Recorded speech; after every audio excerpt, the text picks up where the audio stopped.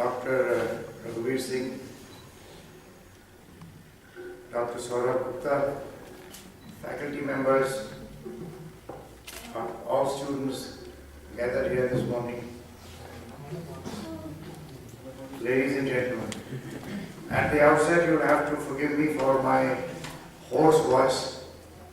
I think it's part of the price that we have to pay for living in a place like Delhi or NCR with this weather.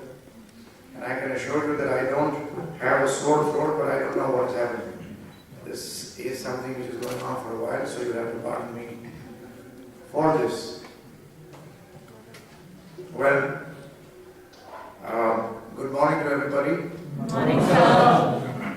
And I am very pleased to be here this morning to be amidst you at the JK Business School to interact and share some of my thoughts and views with you. I am particularly grateful to Sri Govindari, who was actually, I must share with you that he was after me for a long time. Not that I did not want to come here, but I can only assure you that your chairman and director is very, very persuasive, and there is no way I can say no to him in any case. So thank you, Dawji, for giving me this honor. And I say honor because when I was looking at the list of people who have delivered talks here, I find myself humbled in the company of such eminence. I think it's a very good idea for the business school, and particularly in this instance the JK Business School, for having these kinds of talks. I think academics certainly help all of us understand business concepts, models, case studies. But I think talks with and interactions with people who are actually in the field, so as to say, who are practicing managers and leaders, really would help all of you perhaps appreciate the ground realities better. So I think it's a very commendable move, sir. And I think we should continue interaction with people and practitioners from the real world. So I think students can get better take-home value compared to just academic learnings. Sri Govindari suggested to me, when I asked him, I said, but what do I talk about? So he suggested, why don't we talk about the paper industry where you have some experience. So what I will try and do today is I will talk to you a little bit about the paper industry. Now some of you may think it's boring, but please bear with me. I will tell you a little bit about the industry, I'm sure, and I hope you will find it interesting to learn about an industry. And if you try and see with some of the things that I will tell you about it, any business has all the aspects of the key ingredients of business. So whether you are looking at any management studies and you talk about whether it is marketing or operations or human resource development or organization behavior, finance and accounts, in any business you need all of these functions. So as you learn about the paper industry, try and think, I'll request you to try and think in your own minds as to how this relates to a model of what you have been learning, the different disciplines that you have been learning, and you can see that.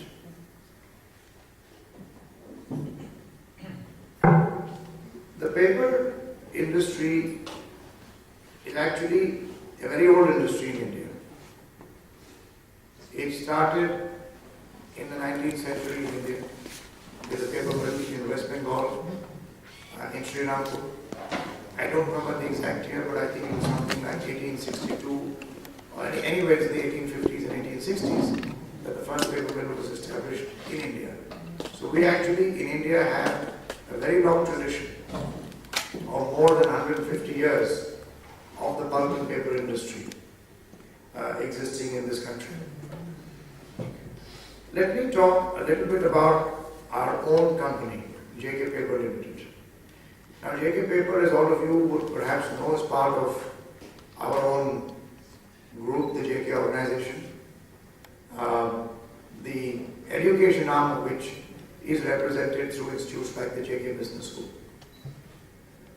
JK organization was announced initially today, but JK organization today is across a whole lot of businesses and is about $3.6 billion in terms of size, in terms of turnover, which makes it about 19,500 crores. I think we employ more than 30,000 people. And our presence as a group spans more than 75 countries and covers all 6 continents. In the paper industry, the foray started in 1938, which you might know much more than I do, sir. In Bhopal, pre-independence, the Nawab of Bhopal invited Sarpada Bachi, Govindariji's father and one of my grandfathers, to set up the straw board mill in Bhopal. So it was making at that time from straw, wheat straw. They made paper board. Paper board जो आपके पैर के पीछे आप गत्ता देखते हैं, आप लोग सब हिंदी समझते हैं, तो जो गत्ता ब्राउन वाला है, that was the board, and at that time it was considered turning from waste to wealth, because that was all waste, that residue, and it was converted into a useful product. So the foundation of what is today JK Paper goes back to 1938, and the company was then appropriately called Straw Products Limited. And Straw Products as a name existed until the late or mid 90s, in fact, when the name changed to another company and finally to JK Paper. So, starting from 1938, then in 1962, an integrated pulp and paper mill was established in Odisha, in a very backward area. And the only way to reach there was, it was right in the middle of jungles. It is today in an area which is now sort of surrounded by this Naxalite and Maoist lands. But in those days, it was completely Adivasi area. And the founders who had to set it up, my other generations, actually had to go and live in huts because there was nothing. They had to establish everything from scratch, live in huts, and set up the factory. So in 1962, the name of the factory was JK Paper Mills, started in Odisha with a capacity of 18,000 tons of pulp and paper. Now, let me very briefly explain why I mentioned pulp and paper. In paper, to put it very simply, the process consists of taking some raw material. In India, largely it used to consist of bamboo. Now we use wood predominantly. So you take the wood or the bamboo and make that into pulp. And that pulp is then converted into paper. That is why when we talk of integrated, we are talking in terms of pulp and paper. So in 1962, this factory was set up, and I'm proud to tell you that on, 18th October this year, marked 50 years of the startup of that factory, because we are now in 2012. 18th October, so I am very proud of that. So in 62 we started with 18,000 tons of capacity. Then the factory was expanded constantly, and at that time it had completely top-class German machinery. So with expansions the factory grew, and in 1992 the group took over an ailing or a sick paper mill in the state of Gujarat called Central Pulp Mills. And this was through BIFR. Some of you may have heard the term of BIFR, which is really a restructuring body in India, where companies that have become sick are restructured and they are bidded out. So we bid for that and we were successful. And I'm happy to tell you that within a period of a year and a half, we were able to turn around that loss-making company. And I think within 3-4 years, we were able to wipe out more than 100 crores of carry-forward losses in those days at central governments. So today, we have 2 units, one in Odisha, one in Gujarat, and the combined capacity today is about 290,000 tons of end product. And right now we are implementing a major expansion at our Odisha factory, which is about 1,650 crores. And hopefully by March 2013 we should be able to start that up. And our total capacity then will go to about 455,000 tons, or let's say just under 500,000 tons. Now, JK Paper has always stressed on high quality. And today we are India's largest manufacturers of office papers, or what is commonly referred to as photocopy paper, with brands like JK Copier, JK Easy Copier, Sparkle, etc. And Dr. Singh, I hope your institute uses our paper as well. If not, I'm your marketing ambassador here, and I can certainly try and sell you the product. See, I say this is no joke, because as the job at the head of the company, my job is equally to sell as much as it is for the salesmen and the saleswomen in our company. I can't say selling is their job, and I have no role in that. So everywhere I go, I may say it in a lighter way, but seriously my effort is to see that everywhere I go, I have new customers. So, coming back now to this, so we are the largest producers of office papers in India. And with this expansion, which is in the same office papers or photocopying paper space, we will continue with our leadership. We are also amongst the top 2 players in India in coated papers. Coated is the glossy paper which is used in magazines, calendars, etc. And in high-end boards.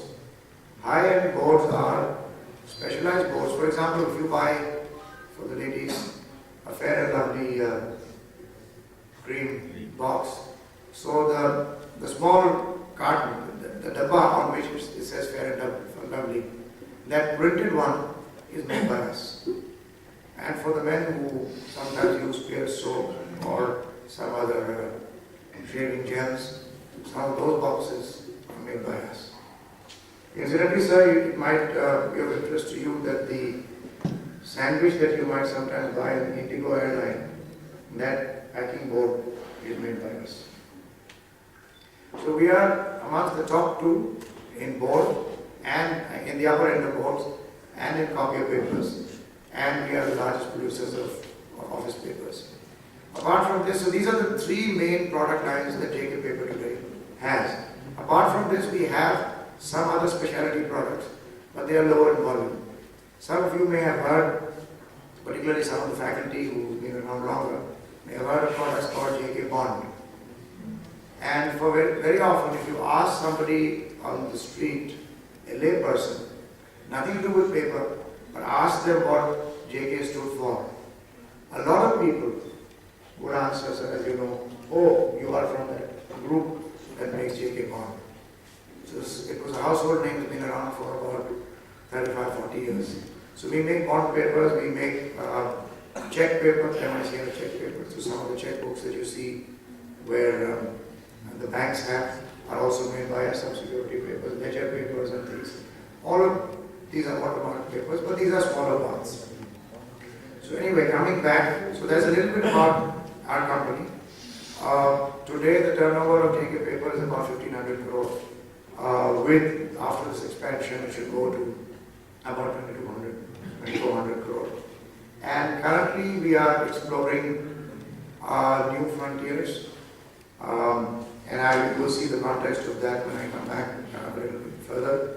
But Dr. Singh, you were asking me when we were sitting about international issues.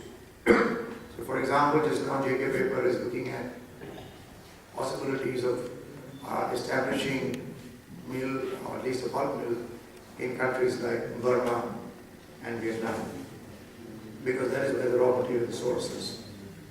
And that is very, raw material is a critical factor. I just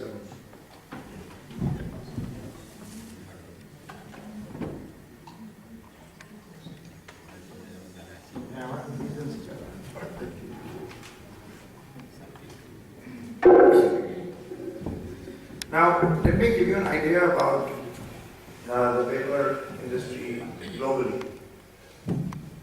You see, historically, the big producers of pulp and paper were North America, that is Canada in particular, United States of course, and in Europe you had major, of course Europe produced paper, but the strongest players were what we call the Nordic countries or the Scandinavian countries, Finland, Sweden, Denmark, but it's largely concentrated in Finland and Sweden, but these were the countries that was producing paper.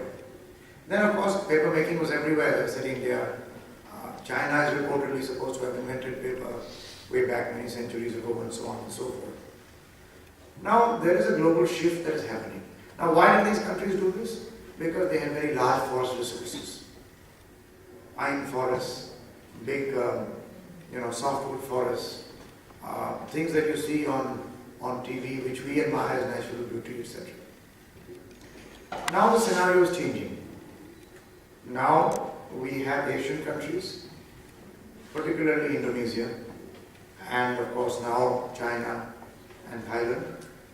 And you have the Latin American or South American countries, particularly Brazil, and sometimes Chile, etc., which are now becoming big paper producers, and they are challenging the supremacy of these countries.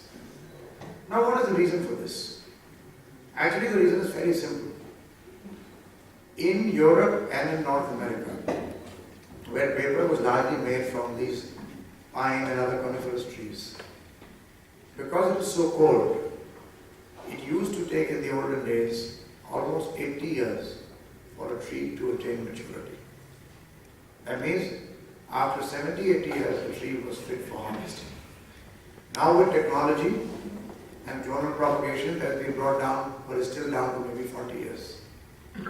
In Asia and in Latin America, where we are blessed with a warm climate, we don't have softwood, but we have what is called hardwood. Eucalyptus, superwood, casuarina, acacia. These are different species of wood. Now, technology in the paper industry advanced over the years, where you could make very good paper from hardwood as well. So the gap between quality of paper between softwood and hardwood is being bridged. And hardwood, it comes as no surprise, the maturity cycle is anywhere from 5 to 7 years. So when you look at the sheer, in a way, competitive advantage that you have here, a wood which can be harvested in 5 to 7 years, versus something in the olden days was 80 years, but even now 40 years. It is not surprising at all as to why there should not be a shift in favor of countries which can harvest this. Originally, some of these countries like Indonesia did use forests. But I want to come back and I will talk again a little bit more through my talk today about this. They got onto the idea of what we call productive plantations, or commercial plantations. See, one myth, okay, let me jump into it right away, because that is a major issue.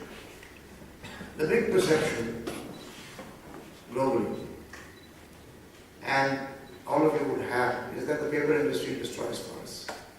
It is not environment friendly. Let's understand this. Only 3% of all forest produce in India is harvested by the pulp and paper industry. 97% is used by others, out of which some amount is used by the timber industry, plywood, wood, furniture and so on. But the majority of forest wood that is cut, at least in India, is cut for firewood. And I'm sure you would have seen that if you were traveling anywhere, and particularly in the evenings and early mornings, you see these women carrying these head loads of wood. आप लोगों ने सब देखा? Yes, sir. All around you would have seen. And the primary purpose and use rather of wood, which is felled from forests, a lot of it illegally. Some traditional people have forest rights, tribal dwellers have rights, but most of it illegally, I'm sorry to say, is used for firewood. Because we don't have other fuel sources which are cheap for this lesser, what should I say, these segments of society, or the poorer people, the poorer segments of society. We don't have pipe gas going to those villages. We don't have availability of other means of fuels. So therefore, firewood is still the predominant source. So, trees today, when we talk of plantations, the good thing is tree is a renewable resource. So you can plant a tree, you can cut it, but you can replant it. And in many species like eucalyptus and others, when you harvest it, it has something called a coppice, that means it grows again. So at least it grows for 2 or 3 cycles. And the same thing in bamboo. When you harvest bamboo, in 4 years, it is grown up again. And you can go on harvesting it if you allow that 4-year gap. So when we do our bamboo forest working, we work in rotation for 4 years. And the tree lasts for about 70, 80 years, and then like any other tree, it flowers and dies. And then you have to replant. So wood is a renewable resource. It is a sustainable resource. Unlike other natural resources like fossil fuels, like coal or iron ore or any other minerals we extract from the earth, that is non-renewable. Wood is completely renewable. And with new technologies of clonal propagation, etc., we are able to have high-yielding plantations which require even less land mass and can give you more wood density, for example. They will use less water, for example, and so on and so forth. So wood is a completely renewable resource. And let me now come back into the issue from where I moved on wood to the countries that have progressed. So countries like Indonesia and Brazil have progressed because they have been able to harness plantation or man-made forests, which are done in a sustainable manner. So they grow the trees, then they will harvest it let's say 1/7 at a time. So at any time you will have green cover. And these kinds of forests help the environment because you have green cover, you have soil conservation. With trees you'll have water conservation, you'll have no topsoil runoff, and above all, you provide a huge amount of employment to grow these trees to people. And it provides raw material for the industry. So it is actually a win-win situation. So these countries have grown. Unfortunately in India, despite our best efforts, there is no such industrial plantation policy in India. You also know, sir, that for many years industries have been trying, but unfortunately the government doesn't allow us. For what I call influences by many different people, and what I call armchair NGOs. You know what armchair NGOs are? You see, there are 2 types of NGOs. Well, I may be extra critical about this. But NGOs are these people who are supposed to do good things. And there are many NGOs that do a great amount of work. But when I talk about armchair NGOs, these are people who will sit and criticize and say, no. If you give paper industry the right to this, they will destroy all the forests. These guys don't go out and understand what is going on. But they are funded by different people. They sit in air-conditioned rooms. And that's why I call them armchair NGOs. They really don't know what kind of employment potential this provides to poor villagers and tribals. Because most of the paper mills in India are in backward regions. So coming back, These countries have grown, while India has not been able to grow to that extent. The result of this is that although India consumes about today 12 million odd tons of paper, our per capita consumption is still anywhere between 10 to 11 kilos. We have about 1.2 billion people, so divide that. That's how you get the per capita number. Now, globally, the average is much more, it's in the 60s. The developed countries like Japan and the US, per capita consumption is 200 to 300 kilos. We are still talking about 10 to 11 in India. But more importantly, that is not relevant. More importantly, what is relevant is, are other emerging countries, other Asian countries, their per capita consumption is 25 to 30 kilos. So India is still way below those. China is something, I think, in the vicinity of 50-55 kilos. And we are way below this. So that is the potential for this industry to grow. A lot of people think paper with paperless office and we talk about it. I will mention something, if you have questions, we can talk about that. The potential to grow in this industry in India is huge. But let me also bring this into perspective. If you were to look at per capita statistics for most businesses or for most items in India, we would be amongst the lowest in the world. So that is the potential for business as a whole to grow. And therefore, I think that all of you, young men and women here, have chosen the right thing, and you can see the potential that can be there for business to grow in this country. So, despite all this, what are the major factors today which drive demand for paper? See, if you look at things like writing and printing paper, we have, all of you read about it, the huge emphasis that we have in India on education, on primary education. Now, primary education is not being done on computers. Primary education, if you go to villages, is still being done on slates, and that is now being replaced by notebooks and paper, right? The Sarv Shiksha Abhiyan, for example, which is one of Government of India's flagship programs. I'm sure you read about it, you've seen it on TVs, you've heard ministers talk about it. One of the prime programs is a huge driver of paper. Now let's talk about office papers. Today, as business and commerce grows, as institutes like these grow, even though you use a lot of computers and you have email and everything, at the end of the day there is a lot of paper usage, right? I'm sure you are using it, you are having to print out stuff, you are having to cut paste stuff. And the interesting thing is, as I got this paper in my speech also, it's written on this side and not on that side. So, I mean, what should I say? A lot of paper is used, and now if you think about it, we have moved to a situation where it's not that you have one computer in your house also. Computers have moved from offices to homes, right? And as you are there, suppose you own your own laptop, and you have, let's say, other siblings, brothers and sisters. Are you sharing laptops anymore? Most of you, everybody has their own laptop. And then you will probably have a printer in the house. And if you're a larger family, you might end up having 2 printers in the house. So, that's the level of penetration of these machines, which is also driving demand for paper.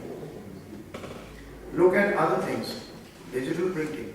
Now, if you want cards to be made, a lot of people don't go to, people who print out cards. Let's say you wanted to invite somebody for this lecture, and you needed only 100 cards. You're not going to go out to a printer and do that. You'll probably go into a digital printer and just print it out over there. Right? That's what all of us are doing. So these things are increasing the demand for paper. Advertising, promotion, that increases demand for art paper or coated paper. All these things I told you, the consumer goods. When we are talking about the coming of retail chains, you're reading all about Walmart and organized retail and so on and so forth. What is all this going to lead to? More and more packaged goods, right?